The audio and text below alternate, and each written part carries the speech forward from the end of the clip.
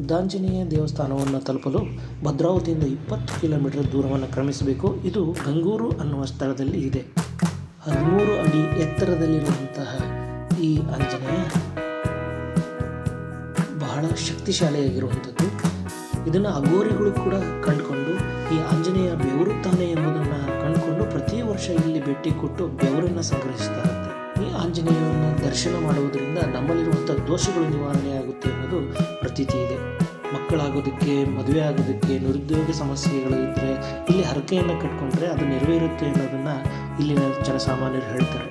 ರಾಮಾಯಣ ಕಾಲದ ಸಂದರ್ಭವನ್ನು ಕೂಡ ಈ ಸ್ಥಳ ಹೊಂದಿದ್ದು, ಸಂಜೀವಿನಿ ಪರ್ವತವನ್ನು ಹೊತ್ಕೊಂಡು ಹೋಗುವಾಗ ಆಂಜನೇಯ ಅದನ್ನು ಇಲ್ಲಿಂದನೇ ಎಸೆದಿದ್ದ ಎನ್ನುವುದು ಪ್ರತೀತಿ ಕೂಡ ಇದೆ.